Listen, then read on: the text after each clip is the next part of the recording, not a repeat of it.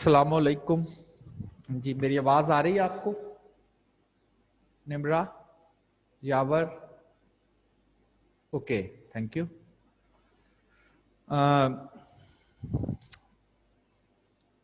अभी चूंकि क्लास में दो तीन लोग ही, आप दो लोग ही हो। अगर तो कोई क्वेश्चन है, कोई क्यूरी है, जो अभी हमने पीछे एनुटी और प्रेजेंट वैल्यू और डेफर्ड एनुटी का जो पढ़ा था, अगर तो उसमें से कोई पूछना है तो आप पहले आप डिस्कस कर ले मुझसे, अदरवाइज फिर हम अपनी क्लास स्टार्ट करते हैं। तो अगर आपने कोई क्यूरी करनी है, कोई क्वेश्चन पूछना है रिगार्डिंग द प्रीवियस लेक्चर्स, तो आप मुझसे पूछ सकते हैं।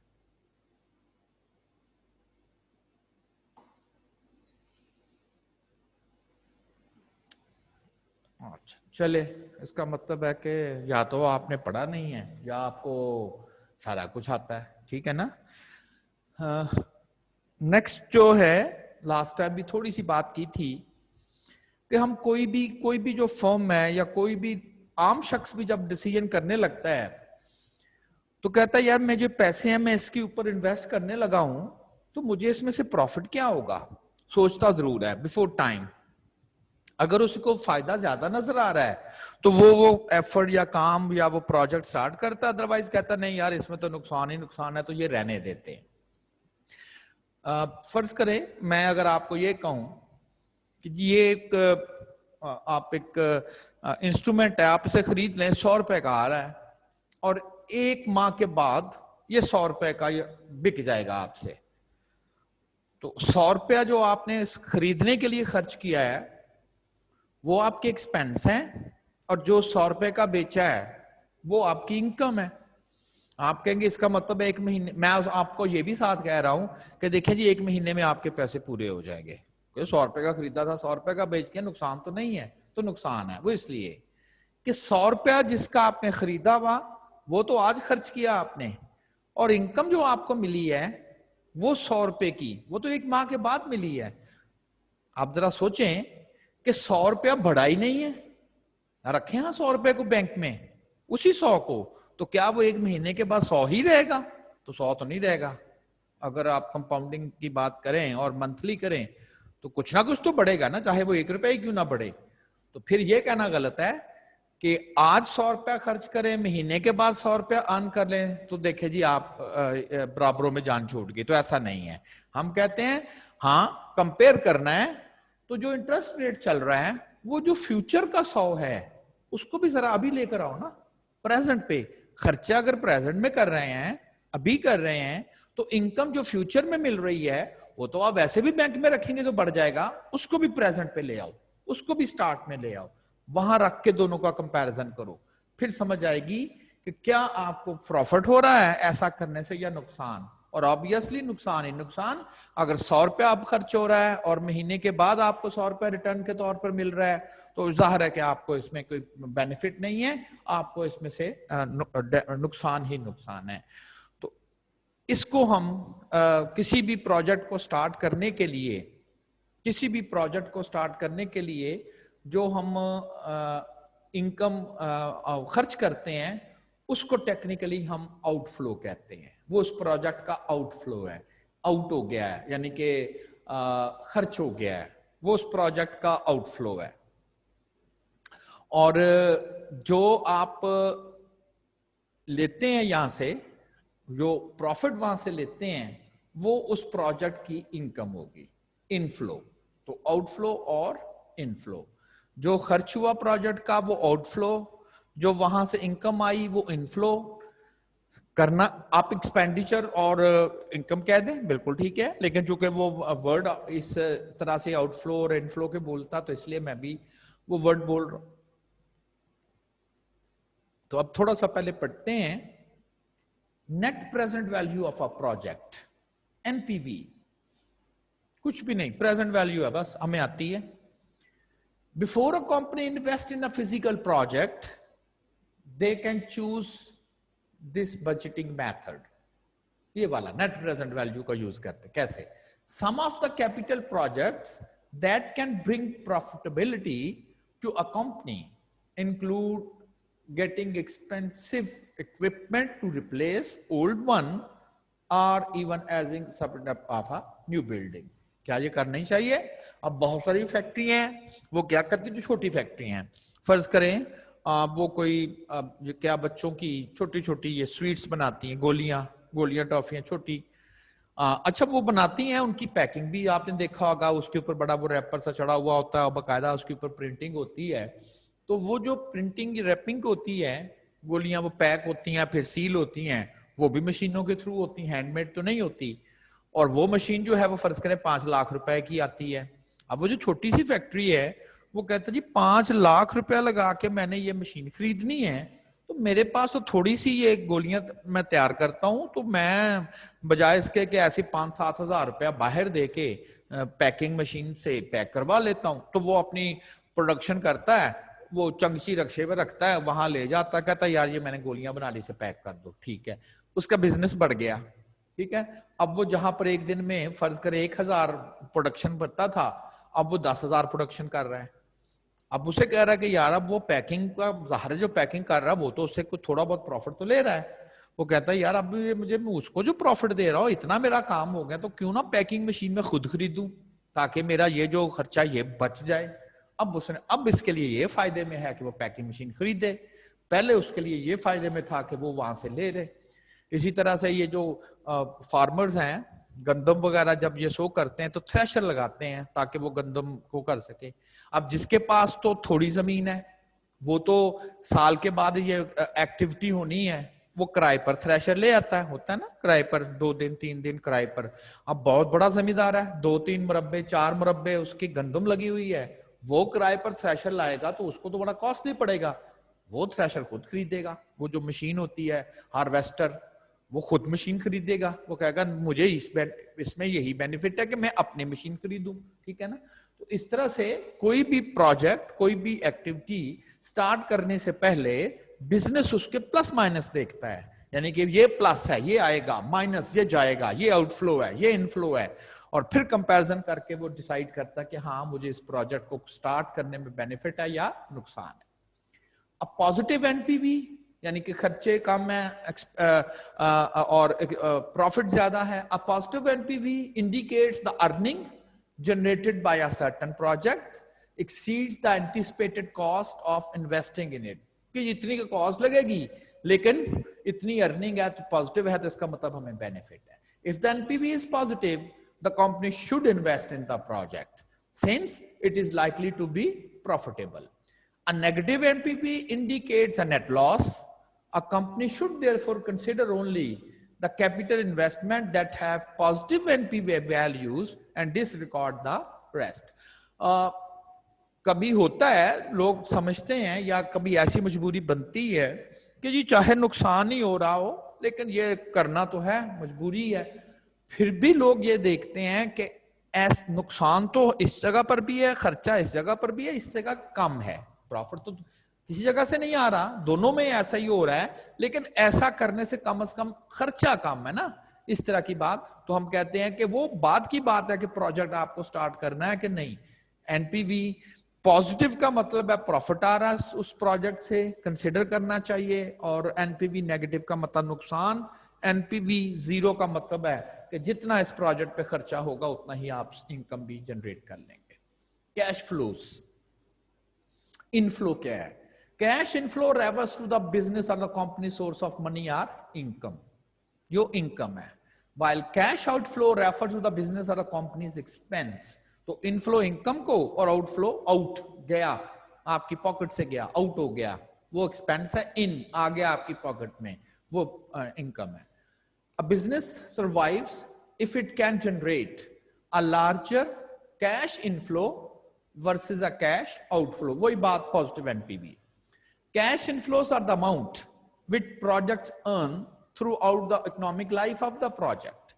Since अब ये बोली बड़ी बात कि जी वो पैसे जो है वो जनरेट तो हो गए हैं, तो कैसे? वो कहता है since the money received a year from now, जो पैसे आप उस प्रोजेक्ट से अर्न करेंगे लेकिन 1 साल के बाद, is not equivalent to the same money received today.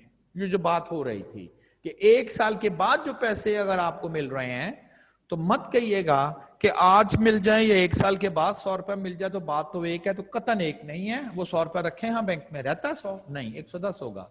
Since one has to compare, अब किसी प्रोजेक्ट को जब देखना तो क्या करते हैं, कैपिटल इन्वेस्टमेंट को जो आपने इन्वेस्ट किया है with the corresponding cash inflow जो वहां से इनकम आएगी। लेकिन कहां पर कंपेयर करना, ऑन द सेम बेस, कहता है एक जगह पर जाके कंपेयर करें, on the same base which may be the present value in both the cases. तो सिंपल इज दैट, मतलब जो नेटशेल है कि जी किसी भी प्रोजेक्ट को स्टार्ट करना है, आपके पास दो चीजें होंगी, इनफ्लोज और आउटफ्लोज, एक्सपेंस और इनकम। उन दोनों इनफ्लोज और आउटफ्लोज को आप अगर प्रेजेंट पे ले आते हो, प्रेजेंट पे और प्रेजेंट पे लाके उनको कंपेयर कर दो, बस दैट्स ऑल। कि जी इनकम ज्यादा है कि एक्सपेंस ज्यादा है, एक्सपेंस ज्यादा है तो एनपीवी नेगेटिव हो जाएगा, इनकम ज्यादा है तो एनपीवी पॉजिटिव हो जाएगा, लेकिन कहां पर, प्रेजेंट पे लाके, बस यही एनपीवी है, नथिंग मोर देन दैट। एक तो प्रॉब्लम करेंगे तो समझाएगा, ये तो हमें आते हैं। A company is considering an investment in a new piece of equipment that cost 60,000, ये आउटफ्लो है, whose economic life is only 5 years, after which its salvage value will be 10,000 scrap value, scrap। तो उसके बाद वो क्या आपको बेचना पड़ेगा स्क्रैप में। The investment is expected to yield the following cash inflows, income at the end of each year। लेकिन कहता जी ये अगर मशीन खरीदेंगे तो 60,000 की आएगी और 5 साल मशीन ठीक ठाक आपके लिए काम करेगी, और एस्टिमेट किया गया है कि हर साल आपको उस मशीन से कितना कितना इनफ्लो जो है वो कैश इनफ्लो जो है वो जनरेट होगा। आफ्टर 1 ईयर 20,000 रुपया उन्होंने किसी तरह से गैस किया है कि ये चीजें प्रोडक्शन स्टार्ट हो जाएगी तो हम 20,000 रुपया हमारी वहां से इनकम। 2 साल के बाद 25, 3 साल के बाद 22, 4 साल के बाद 24 और 5 साल के बाद 20 इकोनॉमिक लाइफ पीरियड।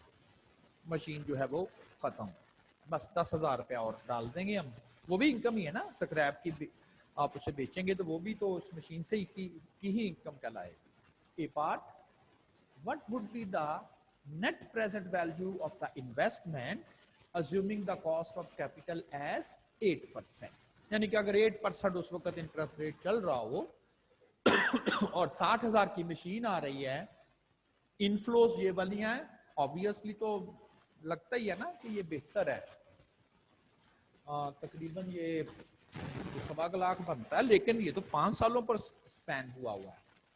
और फिर बी पार्ट है, if the cash inflow after tax each year is 22,000, what will be the net present value? फर्क सिर्फ ये है कि ए पार्ट में जो कैश इनफ्लोज हैं 5 सालों में वो डिफरेंट है हर साल में, और बी पार्ट में जो कैश इनफ्लो है वो हर साल का सेम ही है, 22,000 रुपया। कैश इनफ्लो सिर्फ प्रेजेंट वैल्यू बनानी है, प्रेजेंट वैल्यू हमें आती है। अच्छा, आगे लिखा हुआ है प्रेजेंट वैल्यू फैक्टर, जरूरी नहीं है कि ये आप कैलकुलेट करें, लेकिन कभी कभी एग्जामिनर ऐसा करता है तो इसलिए मैंने इसको अलहदा से कैलकुलेट कर दिया है, अदरवाइज इसको अलहदा से कैलकुलेट करने की कतई जरूरत नहीं। प्रेजेंट वैल्यू फैक्टर एक्चुअली कहते हैं, अगर आप प्रेजेंट वैल्यू फाइंड करते हैं तो future value into 1 + i/m to the power minus n, ठीक है ना, कंपाउंड इंटरेस्ट है ना फिक्स्ड डिपॉजिट की तरह, ये वाले जो है इसे प्रेजेंट वैल्यू फैक्टर कहा जाता है। This one is the present value factor, वो मैंने अलहदा से कैलकुलेट कर लिया। अब फर्ज करें फर्स्ट ईयर के लिए कैलकुलेट करना था प्रेजेंट वैल्यू फैक्टर 1 + 0.08, एक साल पहले है ना, -1 किया प्रेजेंट वैल्यू। अगले साल के लिए -2 ये आ जाएगा, नेक्स्ट ईयर के लिए -3 ये आ जाएगा, -4, -5, -6, प्रेजेंट वैल्यू फैक्टर एक्चुअली इसको कहता है। तो उसने क्या किया पहले, क्योंकि यही वेरी करना था, वो उसने अलहदा कर दिया पहले सारे, और फिर इसको 20 से ज़रब दे दी, इसको 25 से, इसको 22 से, 24 से, 20 से, और 10 कहाँ से आ गया, 10 वो स्क्रैप सैल्वेज वैल्यू जो कि स्क्रैप की वैल्यू है, वो भी 10,000 है, वो भी 5 साल के बाद ही आएगी ना 10, आज तो नहीं मिल जाएगा आपको 10,000 इनकम में तो आएगा आपके पास, लेकिन आएगा 5 साल के बाद जब मशीन की इकोनॉमिक लाइफ खत्म होगी। तो मैंने सबकी प्रेजेंट वैल्यू बना ली और ये है इनफ्लोस। आउटफ्लो की भी प्रेजेंट बनानी है, वो अभी खर्च हो रहा है, अभी खरीद रहे हैं ना। उसका मतलब है कि आउटफ्लो तो पहले ही प्रेजेंट पर है 60,000 और ये इनफ्लोस भी मैंने प्रेजेंट पे ले आया। मतलब कि अगर आप ये समझें कि 1 2 3 4 5 आपको इनकम आ रही थी वहां से 20,000, लेकिन 1 साल के बाद 25 1 साल के बाद 22 1 साल के बाद, और आपने सबको जो है वो प्रेजेंट पे ले आए। ये इनफ्लोस की प्रेजेंट बन गई और देन आउटफ्लोस पहले ही प्रेजेंट पर है। तो present value of total cash inflows 95,000, आज 95,000। आज इन्वेस्टमेंट की प्रेजेंट वैल्यू आज ही लगाना है 60,000, तो एनपीवी आ गया। तो एनपीवी क्या है, प्रॉफिट क्या देना, एनपीवी आपके पास है present value outflows inflows of inflows minus present value of outflows. तो ये आपका 35,000। अगर ये आप मशीन 60,000 लगा के खरीद लेते हैं और एक्सपेक्टेड इनकम अगर इस तरह से चलती है, जो भी इधर पैरामीटर्स दिए हुए हैं, तो आप कह सकते हो कि 35 पॉजिटिव है ना, 35,474 रुपए जो है वो आप जरा बेनिफिट में जाएंगे।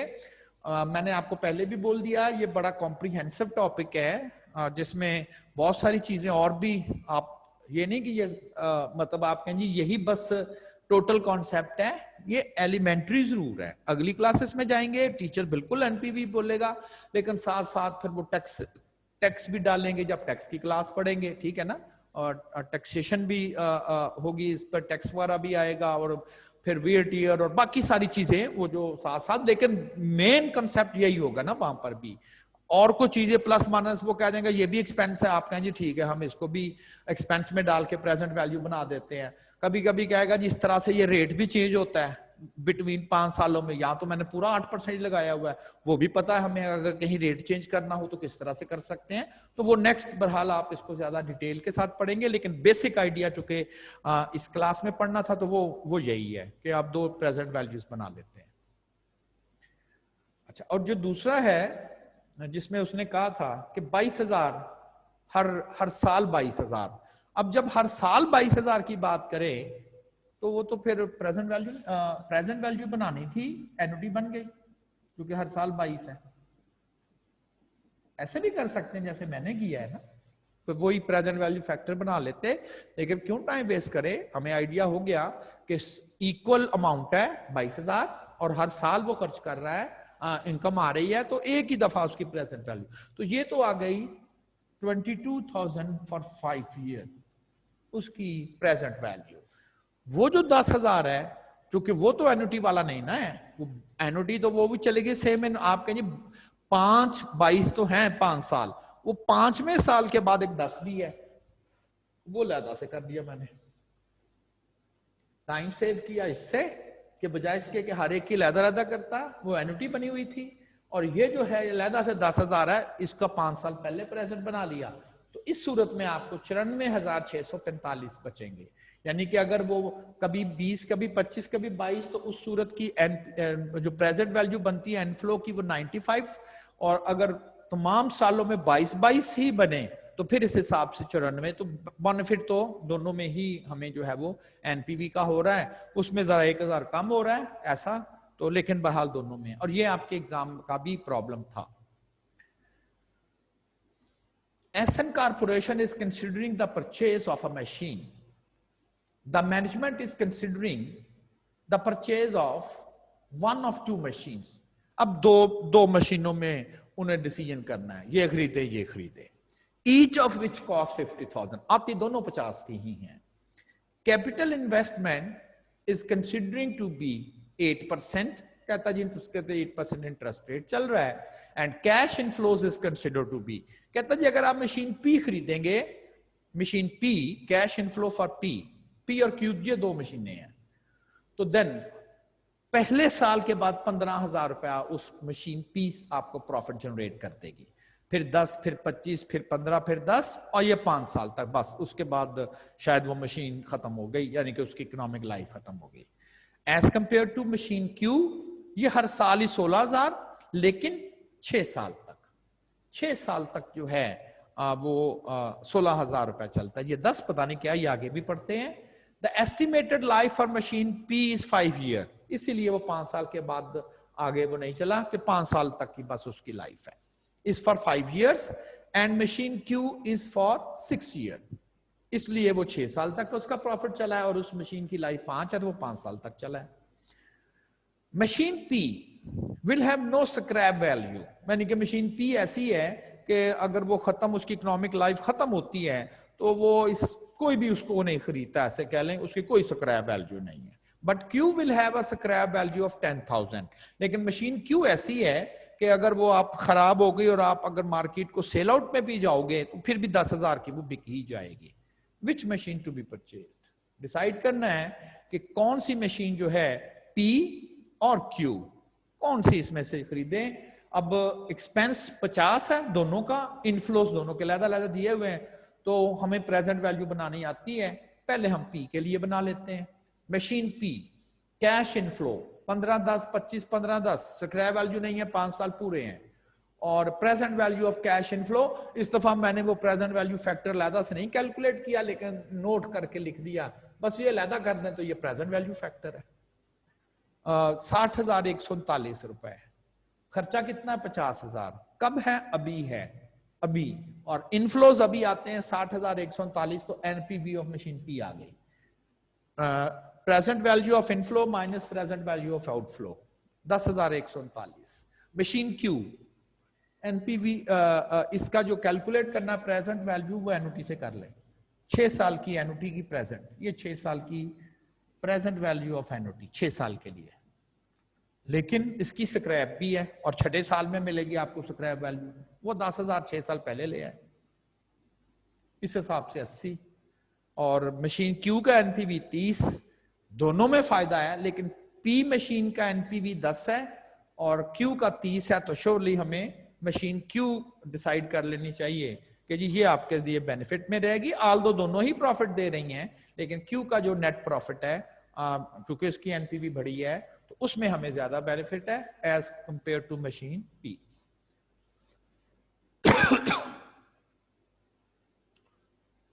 Pakistan bank limited is considering the 2 alternatives. जैसे वो पी और क्यू मशीन खरीदने में 2 अल्टरनेटिव्स थे, ये भी कोई बैंक है और इसके अल्टरनेटिव्स हैं either to install an electronic computer, या तो वो खरीद लें, कितने का, 900,000 का आता है, और आई रेट फॉर ₹30,000 पर मंथ, या रेंट पर ले लें 30,000 पर महीने के हिसाब से।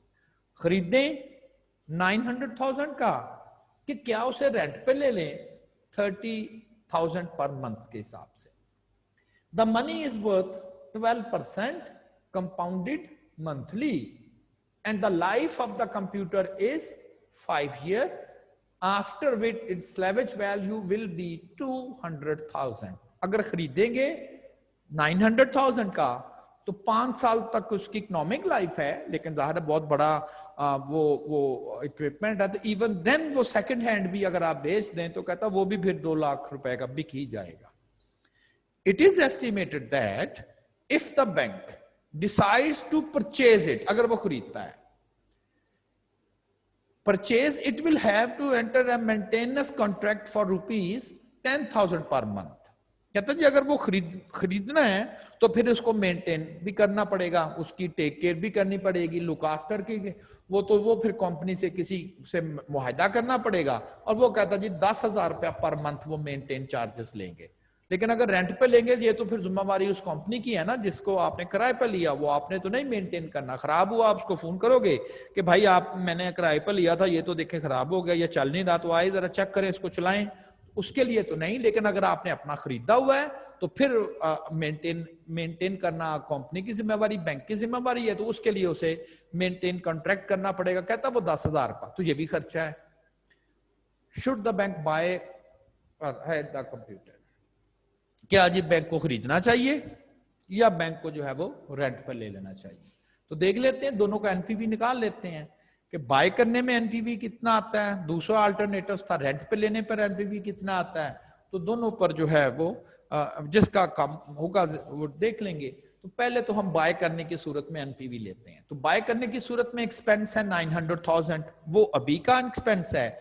एक एक्सपेंस मेंटेनेंस कॉन्ट्रैक्ट की सूरत में पेमेंट करनी है जो कि 10,000 है, लेकिन वो 10,000 अभी नहीं है, वो तो 5 सालों पर स्पैन हुआ है ना, पर मंथ 10,000 देने हैं, तो उसकी भी प्रेजेंट वैल्यू बनानी पड़ेगी। लेकिन चूंकि वो इक्वल इन अमाउंट है, लकी है, तो फिर हम वो प्रेजेंट वैल्यू बना लेंगे एनुटी से। तो ये दो बैंक के एक्सपेंस है, तो दो बैंक के एक्सपेंस है।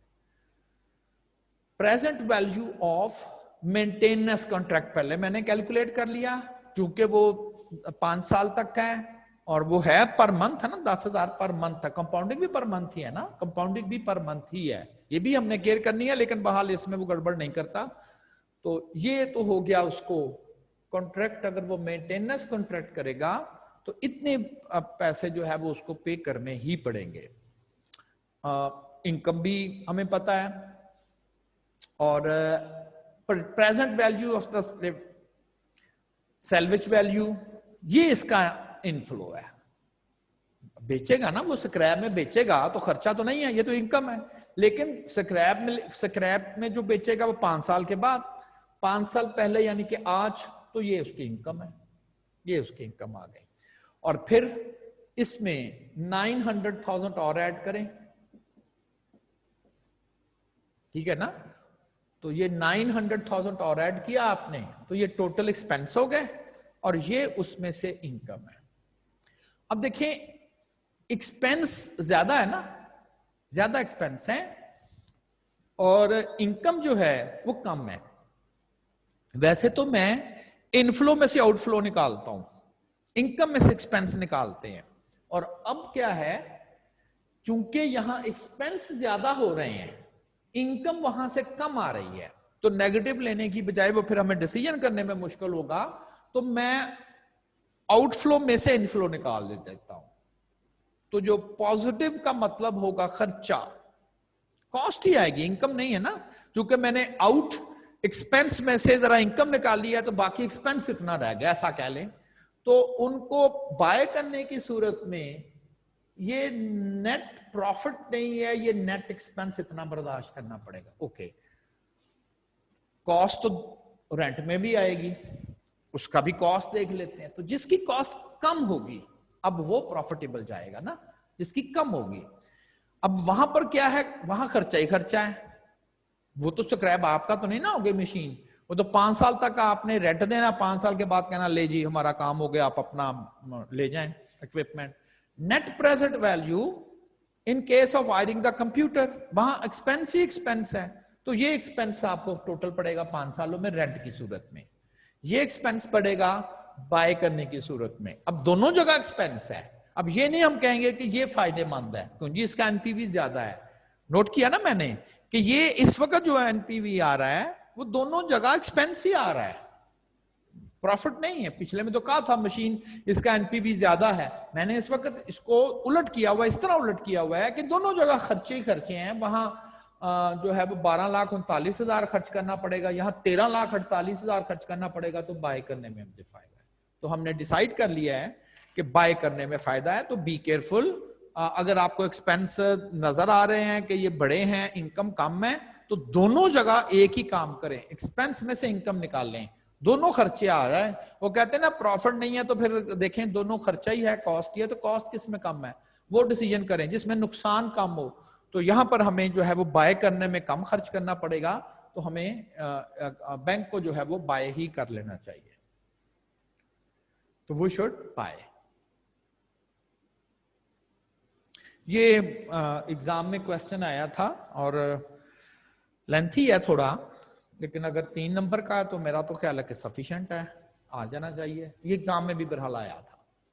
अ company is considering a project, वो कोई प्रोजेक्ट स्टार्ट करना चाह रही है, which requires an investment of 1,200,000 now outflow, खर्च investment outflow, and 300,000 at the end of first year, और ये भी खर्च लेकिन ये 1 साल के बाद है, वो अभी है और ये 1 साल के बाद उन्हें फिर कहता जी उस प्रोजेक्ट में कोई और कंस्ट्रक्शन या और कोई काम निकल आएगा ऐसे करके। कहता जी 1,200,000 तो अभी खर्च करना है और फिर 1 साल के बाद दोबारा ये उन्हें उसके लिए कुछ और खर्च करना पड़ेगा। ये तो हो गया एक्सपेंस।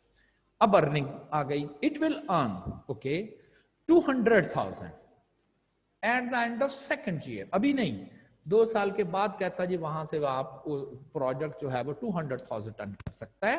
एंड देयर आफ्टर, इसके बाद it will earn a fixed annual amount. मतलब फिक्स्ड एनुअल अमाउंट का मतलब है हर साल वो एक अमाउंट अर्न करेगा, लेकिन है फिक्स। उधर था ना जैसे मैंने कहा था हर साल 16,000 रुपया से इनकम आएगी, तो यहां पर भी कह रहा है कि फिक्स अमाउंट में वो अर्न करेगा up to the 7th year. If interest rate is 11%, find the amount that the project should earn. कहता है कितने पैसे उस प्रोजेक्ट को अर्न करने चाहिए एनुअली, जरूर कमाने चाहिए। कहां से कहां तक जरूर कमाने चाहिए? From year 3 to 7। वो इसलिए कि देखिए 2 साल के बाद तो उसने कह दिया ना कि 2 साल के बाद तो इतनी इनकम आएगी, और उसके बाद यानी कि 3rd year, 4th, 5th, 6th और 7 उसके बाद एक फिक्स अमाउंट से वहां से इनकम उसको मिलेगी, फिक्स अमाउंट से इनकम मिलेगी। कहता है if the company desire to earn a net present value, earn कमाना चाहती है कि हमारा एनपीवी 100,000 हो, तो आपने बताना है कि कितनी कितनी इनकम और उस कंपनी को कमानी चाहिए 3 से 7वें साल के दरमियान कि उसकी नेट प्रेजेंट वैल्यू 100,000 हो जाए। यानी कि इस क्वेश्चन में आप ये कह लें कि एनपीवी दिया हुआ है, हाँ एनपीवी इस वक्त दिया हुआ है वो 100,000 होना चाहिए। एनपीवी दिया हुआ है तो वह पूछ क्या रहा है? वो इनकम पूछ रहा है, और लकीली इनकम वो कह रहा है फिक्स ही है, सेम ही है। यानी कि ये नहीं है कि वो कह रहे जी 3 साल के बाद कितना, 4 साल के बाद कितना, 5 साल के बाद कितना। वो कहता है फिक्स, लेकिन कितनी होनी चाहिए वो इनकम कि उसका एनपीवी 100,000 बन जाए। अब NPV present value outflow minus present value inflow, इनमें से आउट, ये, और ये उसने बता दिया 100,000। तो इनफ्लोस और आउटफ्लोस की प्रेजेंट वैल्यू माइनस करेंगे, आउटफ्लोस की प्रेजेंट वैल्यू बनाएंगे, इनफ्लोस की एक प्रेजेंट वैल्यू तो बन जाएगी, दूसरा आपने बताना है वो एनुटी की फॉर्म में बनेगी। हाँ, क्योंकि फिक्स्ड है ना, कितनी आर फाइंड करना है। एक्चुअली आप ये कह लें कि हमें आर फाइंड करना कंसर्न है।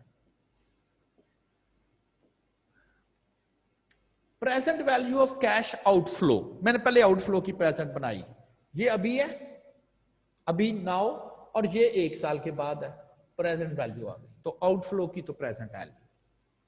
Present value of cash inflow, जो एक ये वाला इनफ्लो है, अभी एक है, अभी और भी है, और भी इनकम आनी है 2 ईयर बिफोर, तो ये तो वो आ गई।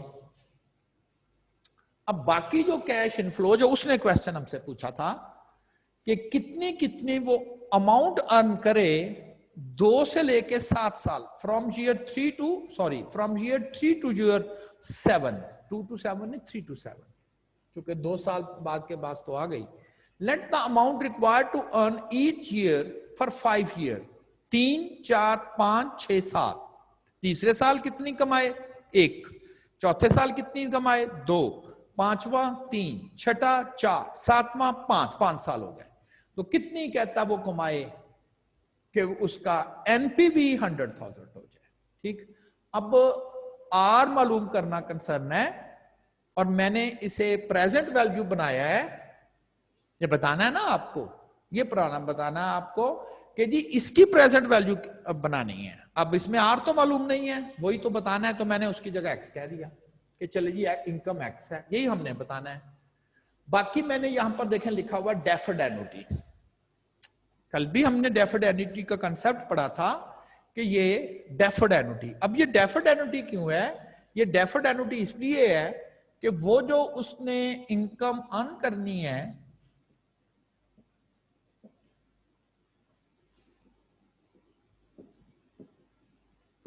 यहां पर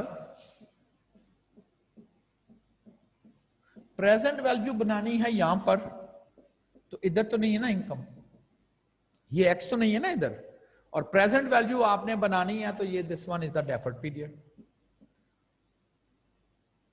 this one is the deferred period. यहां से 7 साल की एनुटी, 7 में से 5 साल एक्ट, 2 साल डेफर्ड, प्रेजेंट वैल्यू बन जाएगी। बस इसमें आप समझ लें कि यही एक चीज थी ये, तो ये बन गई present value of inflows, deferred annuity. NPV दिया हुआ 100,000, इनफ्लो की प्रेजेंट वैल्यू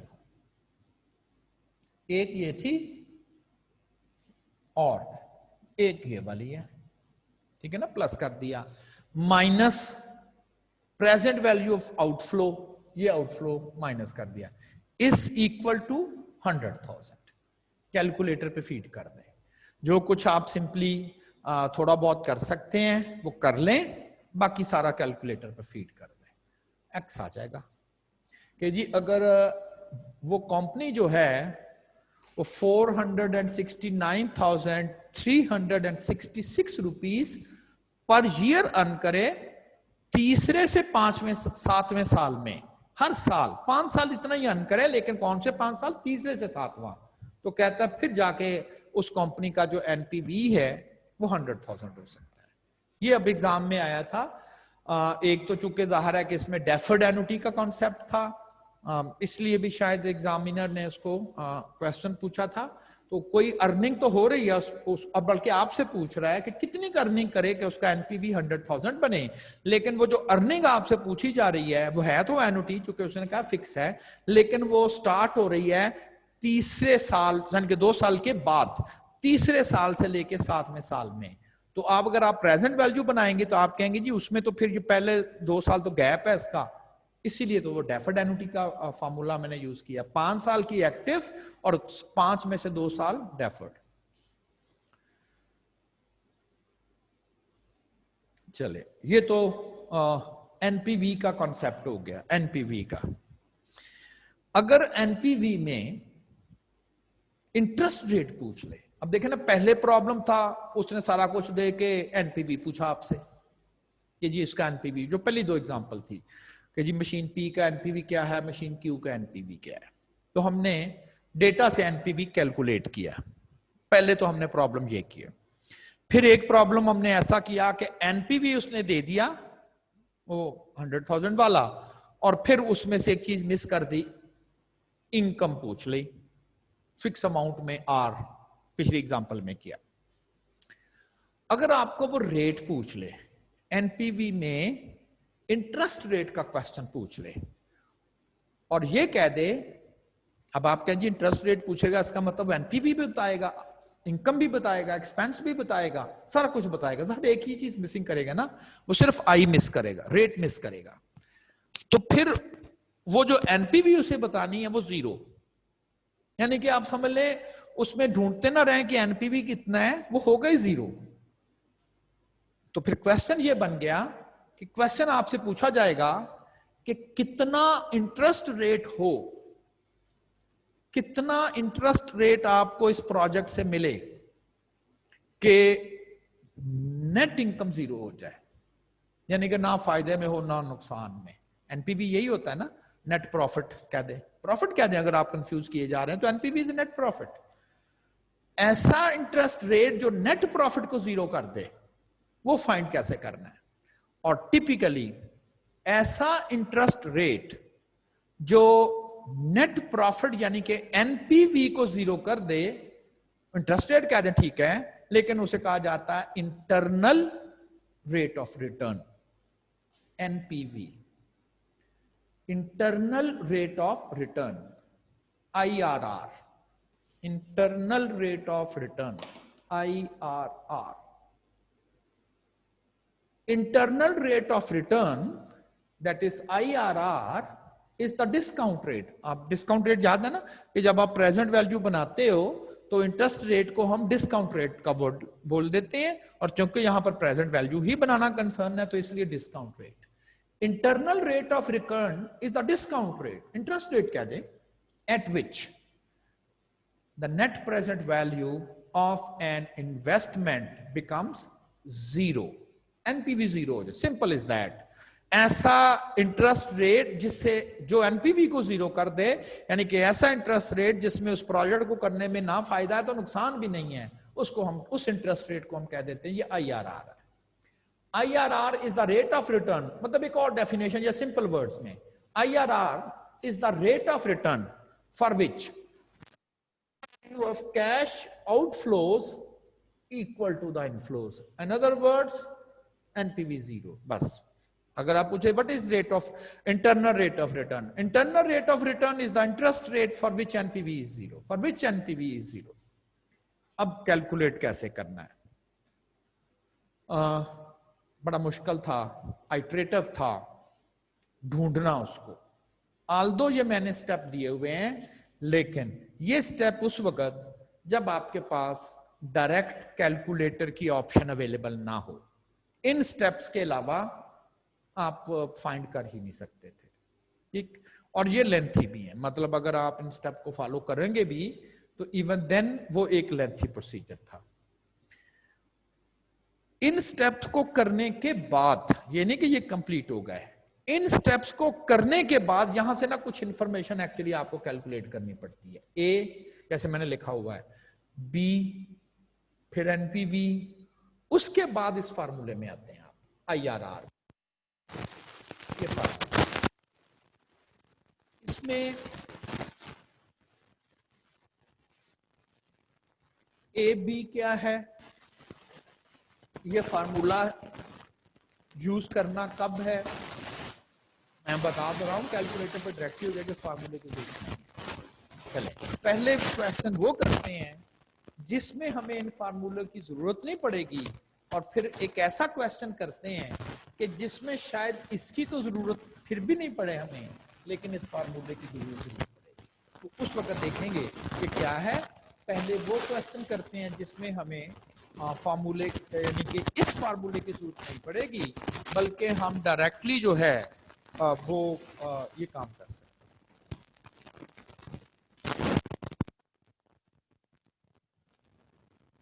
सर आवाज थोड़ी सी खराब आ रही है, मतलब ज्यादा। आज को क्या हो गया है? सर आवाज खराब हो रही है।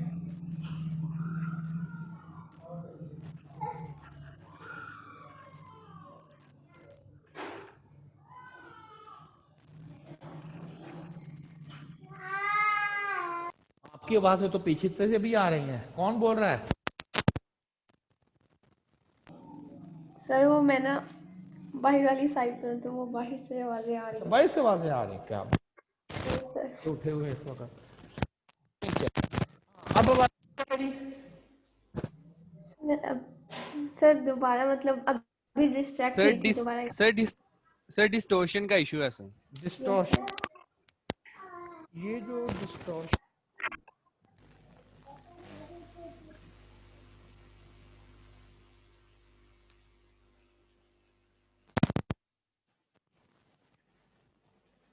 अब उसी तरह से है कि अब थोड़ा बेहतर है?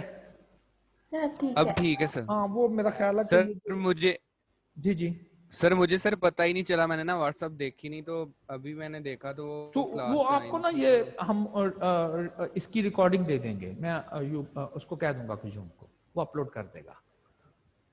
Okay sir, thank you. हाँ वो अपलोड कर देगा, और फिर अगर कोई क्वेश्चन आपको स्टिल आपका रहेगा ना, तो फिर आप मुझसे पूछ लीजिएगा, लेकिन ये अपलोड मैं करवा दूंगा उसको, क्योंकि टोटल 4 ही पार्टिसिपेंट, बल्कि 3 है, आप ही आए हो, बाकी तो आया भी कोई नहीं है, तो वो मैं अपलोड करवा दूंगा आपको। तो सर ये लास्ट वाली जैसे 2 करवा जिसमें हमें एनपीवी कैलकुलेट करना है, लेकिन उसके लिए हमें इस फार्मूले की जरूरत नहीं है। वो कैसे करना है? फिर एक ऐसा प्रॉब्लम जिसमें हमें इस फार्मूले की जरूरत होगी, तो वो कैसे हमने करना है? तो पहले तो हम करते हैं कि जिसमें हमें इस फार्मूले की जरूरत ही नहीं रहे। If cost of a project is 5 million, ये आउटफ्लो है उस प्रोजेक्ट का। इनफ्लो ड्यूरिंग 3 years, 3 इनफ्लोज दिए हुए हैं। आईआरआर फाइंड करना है। अब देखना आईआरआर, आपने क्या फाइंड करना है? आईआरआर वो क्या है? इंटरेस्ट रेट फाइंड करना है। इंटरेस्ट रेट फाइंड करना है। आप कहें जी क्या क्या दिया हुआ है? एनपीवी दिया हुआ, कहां दिया हुआ है? भाई आई आर होता ही वो है जो एनपीवी को जीरो करे। बस आपने क्या करना है, एनपीवी का फार्मूला लिखना है जिसका मकसद क्या है, present value of outflow minus present value of inflow, उसमें से आई निकाल देना, वही आई आर आर है, एनपीवी को जीरो कर दे। For I R R present value of outflow must equal to present value of inflow. अब आउटफ्लो कितना, 5 मिलियन, कब है, अभी है, तो ये तो आ गई present value of outflow is equal to present value of inflow. अब प्रेजेंट वैल्यू का फार्मूला याद करें, क्या है, future value 1 plus I by M to the power minus N. ये आई फाइंड करना, ये वाला आई फाइंड करना, ये वाला आई। अब जो पहला साल है उसका इनफ्लो है 0.85, तो 0.85 1 प्लस ये मालूम करना है, एनुअली है ना, हाँ एनुअली है तो फिर नीचे 1 रखने की क्या जरूरत है, और यहां क्या आ जाएगा -1, ये -1। फर्क क्या होगा, दूसरा साल आ गया ये बदल गया और -2, तीसरा साल आ गया ये बदल गया और -3। ये ऊपर वाली जो स्टेटमेंट है उसमें मैंने वैल्यूज पुट कर दी। क्या, एनपीवी जो आउटफ्लो है वो 5 मिलियन है और 3 इनफ्लोज है, इनकी भी प्रेजेंट बना दी। आई मिस है इसमें, आई की जगह मैंने एक्स लिख दी है, कैलकुलेटर पर ऐसे ही लिख दें, बस सॉल्व फॉर एक्स कर दें। एग्जैक्ट इसी तरह से ही कैलकुलेटर पर लिख के सॉल्व फॉर एक्स करते हैं, ठीक है। तो एक हम कर लेते हैं कि जी कैलकुलेटर पे एज इट इज लिख के हम इसको सॉल्व फॉर एक्स कर देंगे।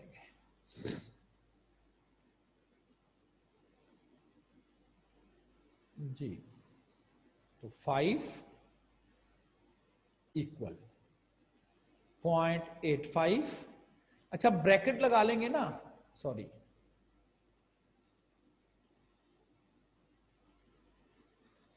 लिख के भी डालो, ठीक है। ये ना एक्चुअली कंप्यूटेशनल मोड में नहीं है, अगर आपके साथ भी ऐसा हो रहा, it is was not computation में, कैलकुलेशन मोड में नहीं था ये। 5 अब लिखेगा ये इज इक्वल 0.85। अगर आप ब्रैकेट नहीं लगाएंगे तो मल्टीप्लिकेशन साइन देना पड़ेगा, ब्रैकेट लगा दिया तो मल्टीप्लिकेशन साइन अंडरस्टूड हो जाएगा उसके लिए। 1 plus x bracket close power -1 और राइट एरो करेंगे, देन कर्सर जो है वो नीचे आ जाएगी। 1 प्लस अगेन x पावर -2।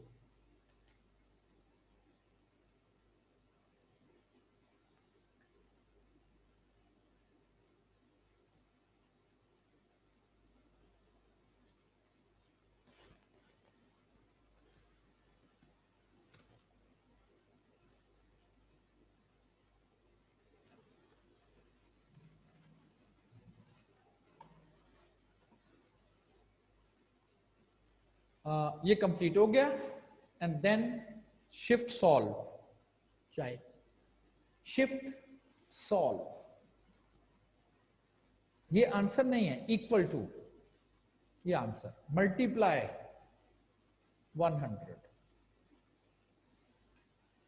17.64, ठीक है ना। जितनी देर मुझे लगी मैनुअली, ये नहीं बड़ा मुश्किल है, इतनी जगह तो एक्स आ रहा है, कोई एक जगह है। अगर आप इसको, मैं वैसे थोड़ा सा हम इसको देख बात कर रहा हूं कि अगर इसको मैनुअली करना हो, जब करेंगे नहीं, दैट वाज द टफ, वो इसलिए टफ था कि 5 क्या हो गया,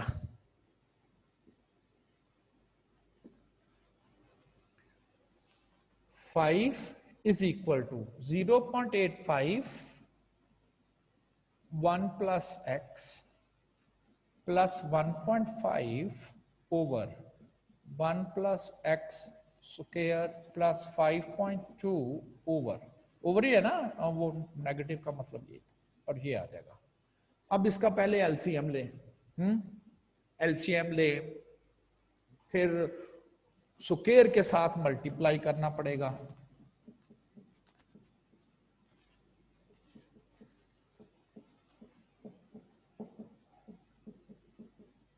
one 1.5 into 1 plus x plus 5.2। Then इसका स्क्वायर खोलें, फिर इसका क्यूब खोलें, क्रॉस मल्टीप्लाई करें, ये तो सारा दिन ही लगे रहेंगे ना लाइक। इसलिए वो जो है हम काम एक तो वो करते हैं, और दूसरा मैंने कहा था कि हम इसको कैलकुलेटर्स पे ही डायरेक्ट करेंगे। तो ये थोड़ा सा इंडिकेट कर दिया कि जी हम इक्वेशन सॉल्व कर लेंगे तो हो जाएगी, लेकिन बहुत टफ। बहरहाल 17.64%। आप उसे कह दें कि अगर इस प्रोजेक्ट से 17.64% इंटरेस्ट रेट मिले आपको, देन उसका एनपीवी 0 हो जाएगा। देन उसका एनपीवी जो है वो 0 हो जाएगा। एक तरीकाकार तो ये था जो मैंने अभी आपको बताया, और आपके सामने मैंने इसको ऑपरेट भी कर दिया है कि जी ये इसका जो है वो IRR। सेकंड इसका वे क्या है?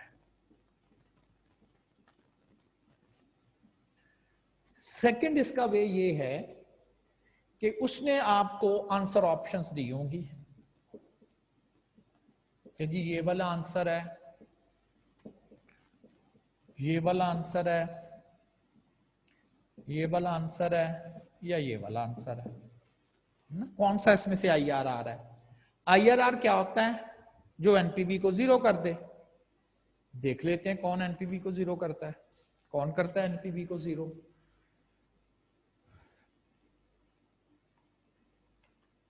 अब हमें लेफ्ट साइड तो पता है 5 है, लेफ्ट हैंड साइड वो 5 है।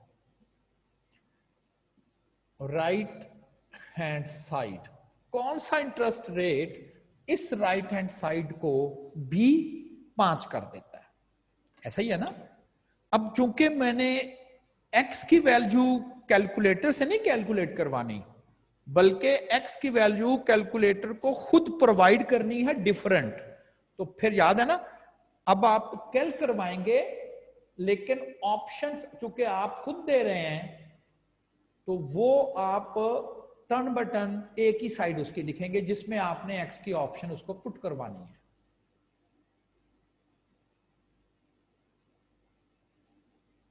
और इससे पहले प्लस, ठीक है ना। अब आपने क्योंकि x की ऑप्शन उसको खुद पुट करवानी है, तो बस आप फिर एक साइड आप लिखेंगे। अगर आप, ये मैं इसलिए कर रहा हूं कि समटाइम्स ना ज्यादा बड़ी बड़ी वैल्यूज वो दे देता है, मतलब ज्यादा एक्सप्रेशंस होती हैं, उधर भी उतना ही, या कई कई दफा ये कैलकुलेटर के लिए भी, कल भी मैंने बात की थी कि कैलकुलेटर ने एक एक वैल्यू उठा उठा के चेक करनी है, और कभी वो इतना लेंथी हो जाता है कैलकुलेशन उसके लिए भी, वो या तो जस्ट लाइक हैंग जबकि उसका वो कैलकुलेशन कर रहा होता है, या फिर एक स्टेज पर आके वो कह देता है कांट सॉल्व। इसलिए ये मैं एक्सरसाइज कर रहा हूं जिसको आप मैं कहता हूं रिवर्स सॉल्व। भी हमने ऐसा एक्स ढूंढना है जो सोल्यूशन है ना, राइट को लेफ्ट साइड के बराबर कर दे। लेफ्ट साइड 5 है, वो कौन सी ऐसी एक्स की वैल्यू है जो राइट साइड को भी 5 कर देती है?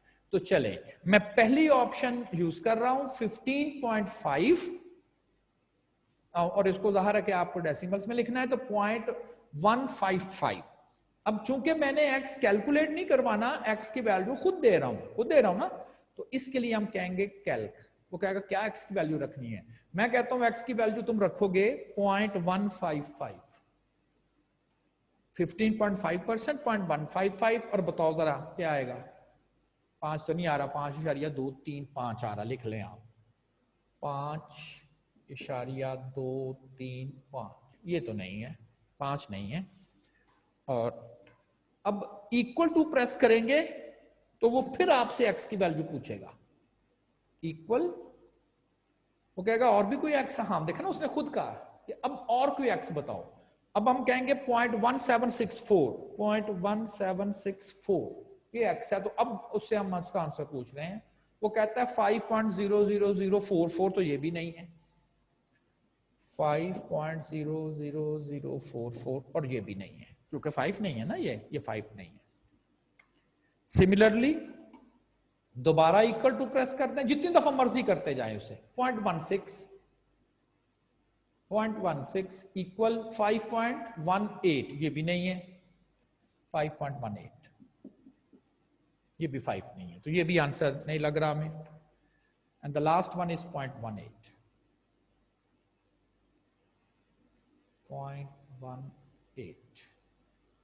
4.9624 ये भी नहीं है। 4.9624 ये भी नहीं है।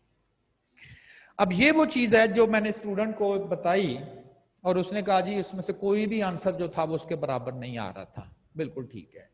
देखें कैलकुलेटर ने चाहे आपको ये आंसर दिया है और आपने नोट किया, मैंने लिखते वक्त कुछ चीजें जो थी ना वो तो अभी भी चल रही थी ना, मैंने थोड़ी बहुत उसकी राउंडिंग तो की ना लिखते वक्त। तो एग्जामिनर ने भी करके लिखना सारा 20-20 डिजिट तक तो नहीं लिखना, कुछ नॉन टर्मिनेटिंग होते हैं, खत्म ही नहीं होते ना। 22/7 लिखते जाए जितनी देर मर्जी लिखना उसके डेसिमल के बाद। तो फिर आपको क्या करना होगा, आपको सारी की सारी ऑप्शंस के साथ कैलकुलेट करना होगा। और अब नोट करें कि 5 तो एग्जैक्टली कोई भी नहीं है, but this one is nearest to 5 है, सबसे करीब यही 5 के बनता है। तो this one is the answer, this one is the answer. आप ये ना हो कि आप कहें जी हमें तो वो चाहिए जो बिल्कुल जीरो करे, तो बिल्कुल जीरो तो हो नहीं रहा क्योंकि यहां पर भी हर जगह राउंडिंग है। इसलिए मैंने आपको ये चीज बताई कि लास्ट टाइम मैंने जब एक स्टूडेंट को कहा, कहता जी मैं तो कर करके थक गया, वो तो कोई भी 3 नंबर का मुझे क्वेश्चन, तब मैंने कहा हाँ मुझे कुछ, कहता जी फार्मूले याद नहीं थे, इतना मुझे पता था कि जी इसको रख रख के देखना है, जो लेफ्ट राइट बराबर कर दे वही एनपीवी IRR होगा। कोई भी नहीं आ रहा था, मैं बार बार कर रहा था, वो यही मिस्टेक कर रहा था कि कहता जी करीब तो आ रहा था लेकिन बिल्कुल बराबर नहीं आ रहा था, बस यही उससे मिस्टेक हो रही थी। ठीक है ना। तो ये भी एक ऑप्शन यूज की जा सकती है कि 2 ऑप्शंस बता दी मैंने। फार्मूले की वैल्यू डायरेक्ट, तो अगर डायरेक्ट कैलकुलेटर से x लेना है तो सॉल्व फॉर x कर दें, और अगर आपने खुद x प्रोवाइड करना है तो एक साइड रख के उसमें वैल्यू रखते जाएं और जो दूसरी साइड के बराबर कर दे वही आपका प्रॉपर आंसर आ जाएगा। एग्जांपल नंबर 2 है फाइंड IRR। कैश फ्लो लिख दिया, हमें तो इनफ्लो आउटफ्लो 2 चीजें चाहिए, तो उसने एक ही लिख दिया। जिसके साथ नेगेटिव लिखा हुआ हो या जो 0 ईयर पे हो वो आउटफ्लो होता है, क्योंकि उसने एक ही जगह लिखा। एक ही जगह भी लिखते हैं ना लोग, सिर्फ क्या करते हैं आउटफ्लो में नेगेटिव लगाते हैं कि ये तो आउट हो गया जी, ये निकलना, ये एक्सपेंस है, और ये 3 इनफ्लो है, ये 3 इनफ्लो। तो बाकी आपको प्रोसीजर पता है। Present value of outflow minus inflow, चूंकि आउटफ्लो 65,000 है, नेगेटिव नहीं। नेगेटिव का मतलब सिर्फ ये बताना कि ये आउटफ्लो है, नेगेटिव नहीं लिखना आपने। तो ये आउटफ्लो है, 65,000 आउट होगा और 3 इनफ्लो आएंगे। उसी तरह से -1 -2 -3 and then solve for I. हाँ ये भी थोड़ी सी आप अकलमंदी दिखाएं पहले ही, यानी कि अगर आप फीड कर लें, देख लें क्या सिंप्लीफिकेशन हो सकती थी। ये 1000 से तीनों डिवाइड नहीं हो सकते थे तीनों। आप कहने 1000 इधर से भी कॉमन आ गया, इधर से भी कॉमन आ गया, तो फिर लिखते वक्त आपको ना वो 0 0 0 वाली ऑप्शन से जरा थोड़ा आप जल्दी लिख पाएंगे ना, वरना 0 कम ज्यादा कर दिया तो वो भी गड़बड़ हो गई। लिखने के बाद देखा कि राइट में भी 1000 कॉमन है, लेफ्ट में भी 1000 कॉमन करके 1000 से डिवाइड करे ना, ताकि वो आपकी एक्सप्रेशन कम रह जाए। तो 65,000 की बजाय 6500, 2700, 31 और 15, तो ये जरा जल्दी आपसे फीड हो जाएगा। प्रोसीजर वही है। और ये दोनों क्वेश्चन ऐसे जिसमें इनफ्लो आउटफ्लो दिया हुआ था और आपने डायरेक्टली इसको कैलकुलेटर पे फीड करके और उसकी वैल्यूज जो है वो फाइंड कर ली। Example, the NPV of an investment is 230। NPV दिया हुआ है, व्हेन रेट इज 5%। कहता है अगर 5% इंटरेस्ट रेट हो तो एनपीवी जो है वो 230 आता है। तो ये फिर 5% IRR नहीं है, क्योंकि ये वो होता है जो एनपीवी को 0 करे। And 160 when the rate is 12%, 12% भी IRR नहीं है, क्योंकि ये एनपीवी 0 नहीं है, ये 160 है। कहता अब बताएं एनपीवी क्या होगा, इंटरनल रेट ऑफ रिटर्न का 0 कहां होगा। कहता 5 पर 230 आता है, 12 पर 160 आता है, एनपीवी 2 दिए हुए हैं, दोनों 0 नहीं है, तो दोनों IRR नहीं है। कहता IRR यहां से बता दें क्या है। अब वो आपको कैलकुलेटर पे तो नहीं फीड करना, क्यों, कोई आपके पास इस तरह की इंफॉर्मेशन नहीं है। तो फिर क्या करना है, जो एनपीवी बड़ी उसने दी हुई है। अब दो एनपीवी दी हुई हैं, यानी कि दो रेट दिए हुए हैं और आपको आईआरआर पूछ रहा है। दोनों रेट आईआरआर नहीं है तो दो रेट से आईआरआर में कैसे जाना है। अब वो फार्मूला जो आपको बताया था वो यूज करना पड़ेगा। और वो क्या था, जो एनपीवी हाई है, हाई एनपीवी 230 है ना, उसका जो रेट है, रेट कम होगा, वो ए है। यानी कि ऐसा रेट जो बड़ी एनपीवी का हो उसे ए कह दें, और जो छोटी एनपीवी आए, चाहे नेगेटिव ही क्यों ना, नेगेटिव भी आएगी ना, नेगेटिव भी आ सकती है, उसके रेट को बी कह दे और वो हमेशा बड़ा होगा।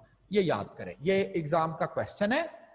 क्या है, there is a negative relation between NPV and a discount rate, interest rate. देखें, एनपीवी 230 थी, इंटरेस्ट रेट 5 था, एनपीवी कम होगी ना, कम होगी, 160 पे चलेगी, रेट बढ़ा, तो इनके दरमियान रिवर्स रिलेशन होता है। अब वो बहुत ज्यादा उसको डेप्थ में जाने की जरूरत नहीं हमें इस वक्त, कि जी बताया भी जा सकता है कि वाई ये ऐसा ही होता है, लेकिन वो कोई 10-15 मिनट इसके ऊपर सर्व करने पड़ेंगे और फिर नतीजा यही निकलेगा कि yes there is a reverse. तो बस इतना 1 मार्क क्वेश्चन हम याद रखेंगे फिलहाल कि there is an inverse relation with NPV and the discount rate, यानी कि रेट बढ़ेगा तो एनपीवी कम होगा, एनपीवी बढ़ेगा तो रेट ज्यादा होगा। बस इतना ही हमारे लिए काफी है। आईआरआर का फार्मूला जो मैंने वहां पर लिखा हुआ था, ये मैंने वो ए बी करके लिख दिया है। अगर आप, अब आपको पता है A% का मतलब क्या है, ऐसा रेट जो हाई एनपीवी का हो, उसे ए कहा था ना हमने, और जो लो एनपीवी का रेट था उसे बी कहा था। फिर मैंने कहा एनपीवी लिखना यहां A% पे, यानी कि बड़ा एनपीवी लिखने, जो वैल्यू एनपीवी में बड़ी थी 260, high NPV value minus low NPV value. यहां मैंने ए बी में करके इसलिए लिख दिया कि वो लिखने में मुझे थोड़ी सी आसानी रहती है, बुक्स में भी ऐसे लिखते हैं। वो कहते हैं ये ए का मतलब होता है ऐसा रेट जो हाई एनपीवी पर हो, और बी का मतलब ऐसा रेट जो लो एनपीवी पर हो, और बी माइनस A% करके वैल्यूज पुट करते हैं। तो ए बी में भी आप याद रख लें, वो ज्यादा बेहतर है लिखते वक्त, like this one, A% high NPV इसका रेट, फिर high NPV value, high NPV value minus low NPV value, higher rate 12% बढ़ा है ना, minus the low rate, percentage में 28% बनता है।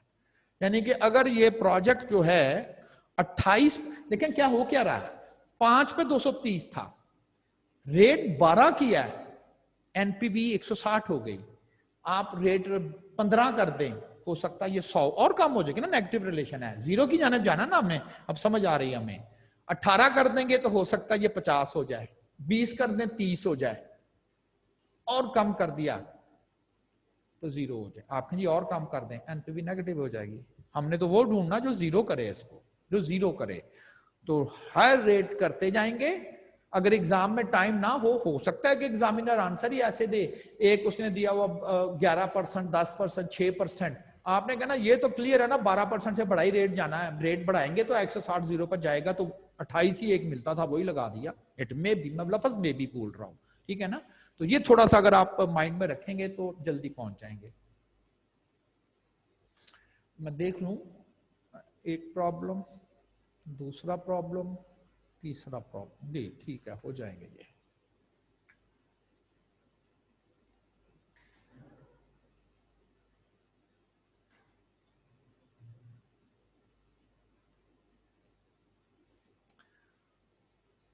Find the discount rate at which present value of inflows, ये inflows ही हैं, of both the companies are same।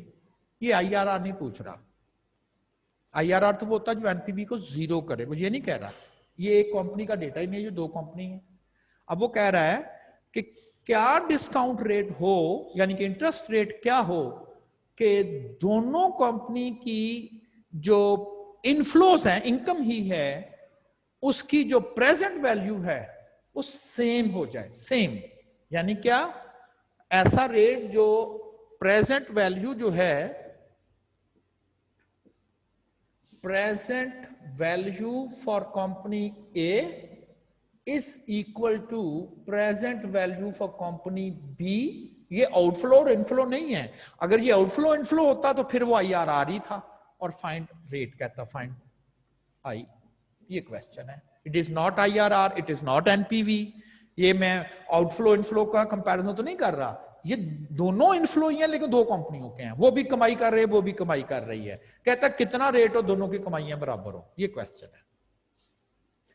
तो क्या करें, find the interest rate for which present value of company A is equal to present value of company B। Present value का बस लगा दे दोनों side पर, इज इक्वल इक्वेशन बनी हुई है। कंपनी ए की प्रेजेंट वैल्यू 1 साल पहले, प्रेजेंट वैल्यू 2 साल पहले, प्रेजेंट वैल्यू 3 साल पहले, और चौथे साल में इसकी कोई इनफ्लो नहीं है। लेकिन दूसरी साइड पे कंपनी बी है, उसकी 4 इनफ्लोज है।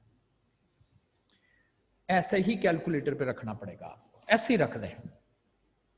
लेकिन आप देखेंगे जब आप कैलकुलेटर पर लिखते जाएंगे ना, मेरा ख्याल है कि जब यहां तक पहुंचेंगे ना तो कैलकुलेटर की स्क्रीन के डिजिट पूरे हो जाएंगे। लिखता तो नहीं जाएगा ना, जैसे आप कंप्यूटर पे लिखते हैं टेक्स्ट, लाइन पूरी हो जाती ना तो अगली लाइन में आप खुद ऑटोमेटिकली चले जाते हो।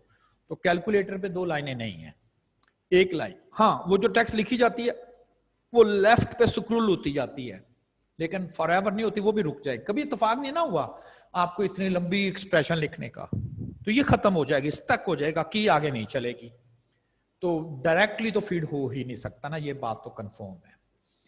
आप अपने काम को भी शॉर्ट कर लेंगे, वो कैसे? अब सब डेटा उठा के एक साइड पे ले जाए, सब डेटा उठा के।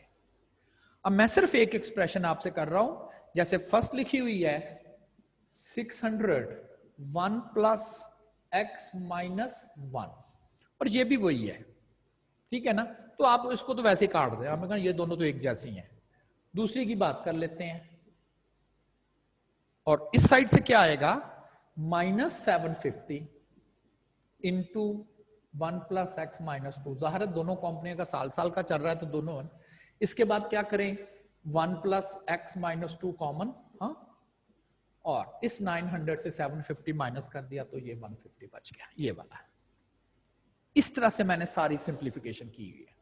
ये वाली टर्म इसके साथ ये इस साइड पर आया हुआ है, तो 1 प्लस x माइनस 3 कॉमन है, 1200 में से 850 आपने माइनस कर दिया, 350 बच गया। अब वो जो ये वाली टर्म है इसके साथ तो इस वाली है ही नहीं, वो आप वैसे ही। अब लिखते वक्त भी आप क्या कर सकते हो, ये 0, ये 0, ये 0, तो 15, 35, 90, बाकी मेरा ख्याल मैनेज हो जाएगा।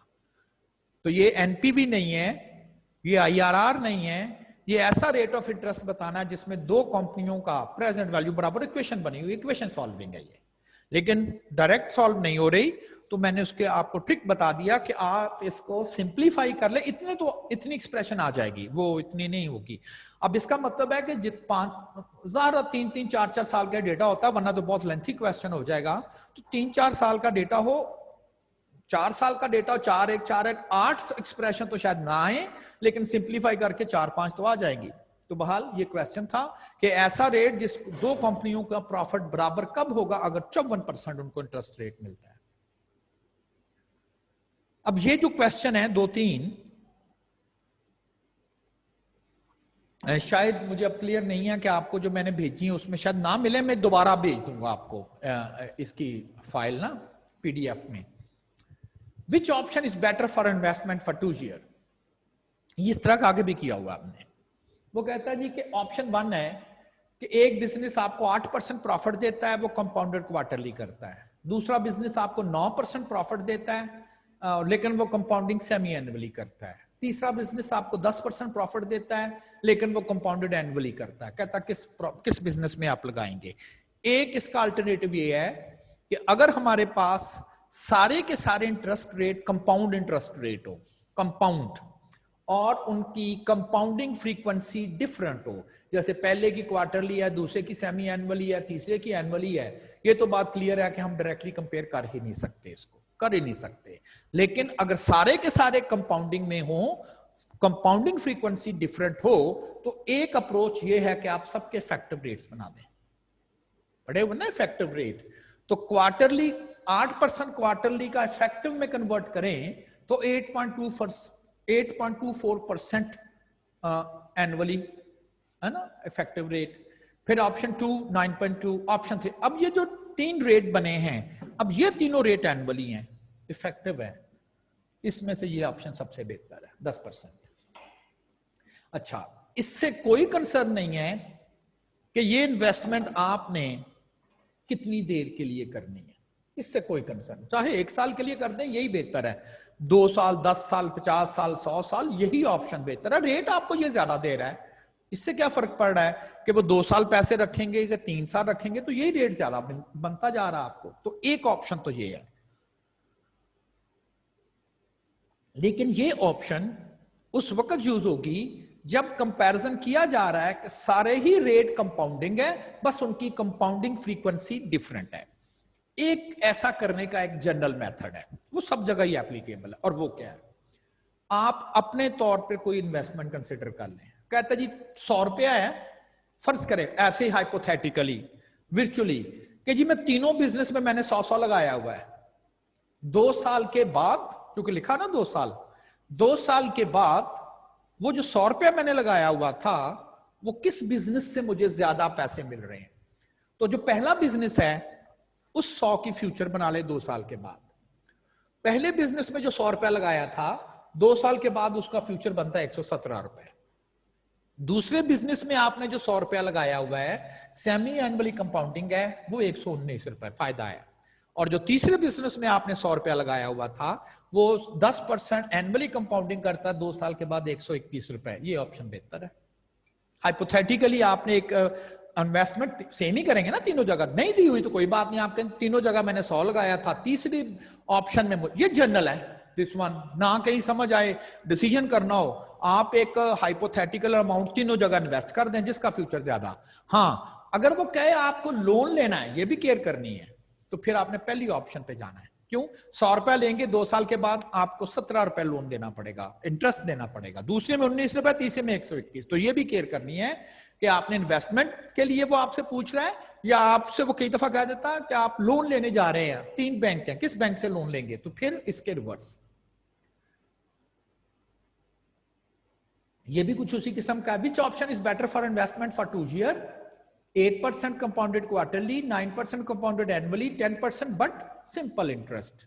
ये आप इक्विवेलेंट रेट नहीं कर सकते, इफेक्टिव रेट नहीं कर सकते, वो तो कंपाउंड में होता है कि उनकी कंपाउंडिंग फ्रीक्वेंसी डिफरेंट हो और आपने उसकी कंपाउंडिंग फ्रीक्वेंसी 1 करनी हो। यहां तो कंपाउंडिंग फ्रीक्वेंसी नहीं है, इंटरेस्ट है। एक बिजनेस कहता है जी मैं देता ही सिंपल इंटरेस्ट हूं, मुझसे आप ले ले, मेरी जगह इन्वेस्ट कर दें। बाकी कहते हैं देखें जी हम देते तो कंपाउंड इंटरेस्ट है ना। अब हमें कंफ्यूजन है, अब दूसरी ऑप्शन ही इसमें यूज कर लें आप। लेट हंड्रेड्स इन्वेस्टर ने 3 ऑप्शन फॉर 2 ईयर, उसी तरह से ही ये फ्यूचर वैल्यू कंपाउंड इंटरेस्ट की, ये फ्यूचर वैल्यू कंपाउंड इंटरेस्ट की, लेकिन बिजनेस 3 की फ्यूचर वैल्यू सिंपल इंटरेस्ट की। क्या था फार्मूला?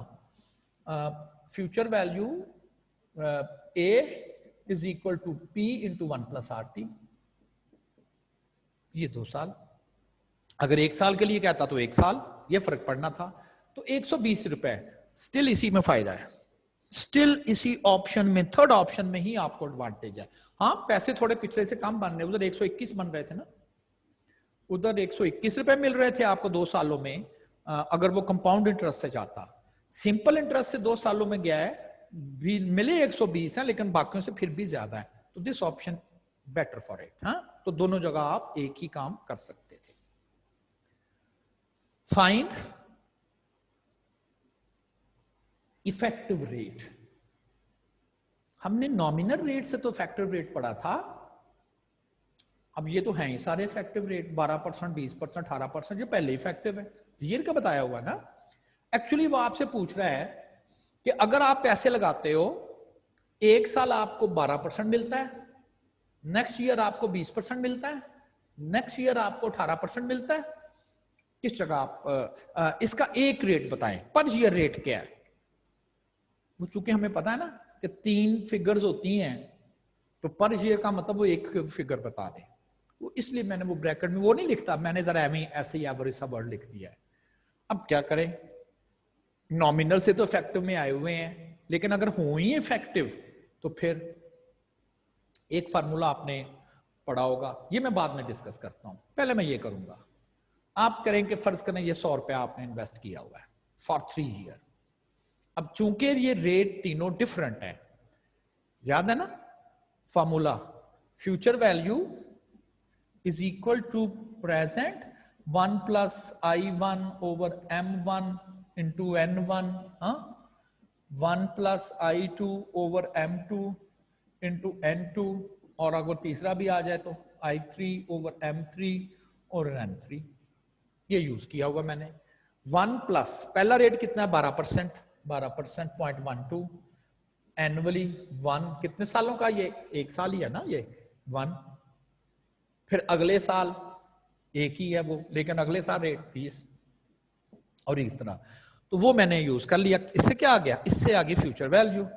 इससे क्या फायदा, इससे फायदा ये है कि इफेक्टिव रेट आपने पढ़ा था, पढ़ाया था ना, याद करें, future value over the present value into 1 minus N minus 1, ये आ गई फ्यूचर वैल्यू। ये प्रेजेंट वैल्यू कितनी 100, ये कट जाएगा ना, ये कट जाएगा, और ये रह गया सिर्फ 1 ओवर आंसर आ गया 16.62। अच्छा, अब इसका शॉर्टर वर्जन, ज़ाहिर है कि एग्जाम में ये आप थोड़ा सा अपना टाइम भी सेव करना चाहेंगे, इसके लिए क्या है, क्या बचा, क्या है, ये क्या चीज है 1, ये वाले यही रहेगी ना सिर्फ तीनों। ये है 1 प्लस आर जो एक रेट ऑफ है, फिर R1 कह दें इसे, 1 प्लस R2 कह दें, और 1 प्लस R3 कह दें। क्या करना है, इसका प्रोडक्ट, याद है ये प्रोडक्ट की नोटेशन है, तो फिर ये फार्मूला बस बचता है, वही आंसर देखें आ गया। तो क्यों अपना टाइम इतना वेस्ट करना हमने, क्योंकि कैलकुलेटर पर हमने करना है और अपना टाइम हमने सेव करना है। तो डायरेक्टली ये वाला फार्मूला कब, जब तीनों ही इफेक्टिव दिए हुए हैं, और अभी हमें वो 3 साल का एक इफेक्टिव रेट हमसे पूछ रहा है। तो सिंपल इज दैट कि वो जो रेट ऑफ रिटर्न्स हैं उनको आप इंक्रीजेस, अगर 3 है तो 3, 4 है तो 4, 5 है तो 5, -1 and then make its product, ये प्रोडक्ट की है, तो ये हमारे लिए आसान हो जाएगा, और हम सिंपली उसको जो है वो कैलकुलेट करके and we will get the same answer. ठीक, हाँ, अगर आप याद करें कि नॉमिनल रेट फर्ज करें वो आपको ये कहता है, यानी कि ये ऐसा ही प्रॉब्लम है, कहता है find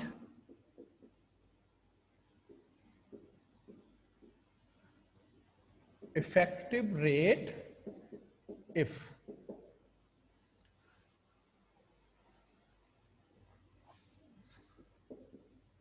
first year 8%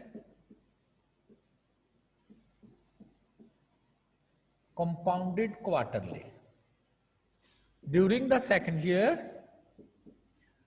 9% compounded semi-annually, during the third year 10% compounded weekly, bi-monthly, 2 महीने के बाद 6 आ जाएगा, bi-monthly। कहता इफेक्टिव रेट बताएं, इफेक्टिव रेट बताएं। फ्यूचर वैल्यू कैलकुलेट कर ले जिस तरह से मैंने की थी। 100 रुपया इन्वेस्ट किया है, 100 रुपया हो गया। पहला रेट है 1 प्लस 0.08 बाय कितना है, क्वार्टरली है ना, 4, और ये 1 साल के लिए है, 1 साल का रेट है ना। अगले साल रेट बदल गया, ये वही चीज मैं यूज कर रहा हूं ना, डिफरेंट रेट ऑफ इंटरेस्ट चल रहे हैं अब, 0.09 सेमी एनुअली, और ये भी रेट 1 साल में चला है, एंड 1 प्लस 0.10 बाई मंथली, महीने में कितनी दफा कैलकुलेशन होनी है, 6 दफा, बाई मंथली 2 माह के बाद 6। ये आपके पास आ जाएगी फ्यूचर वैल्यू। और फ्यूचर वैल्यू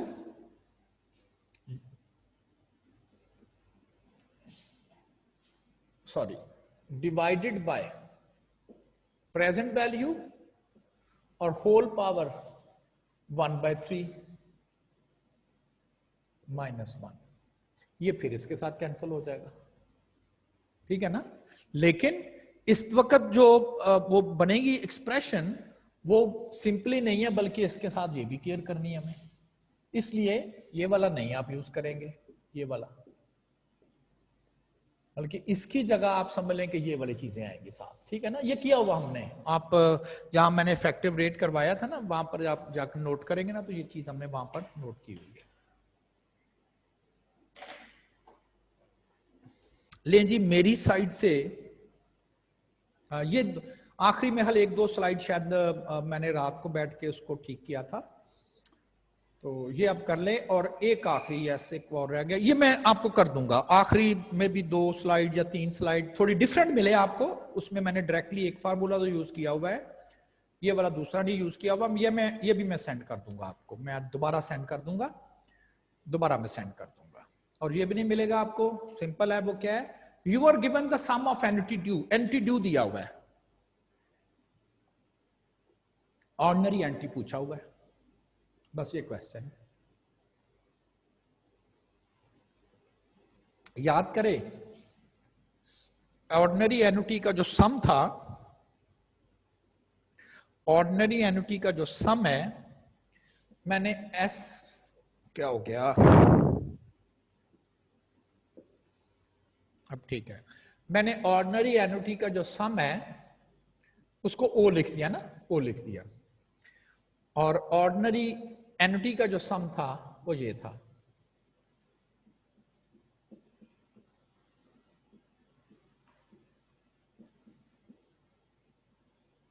ये ऑर्डिनरी एन्युटी का सम है।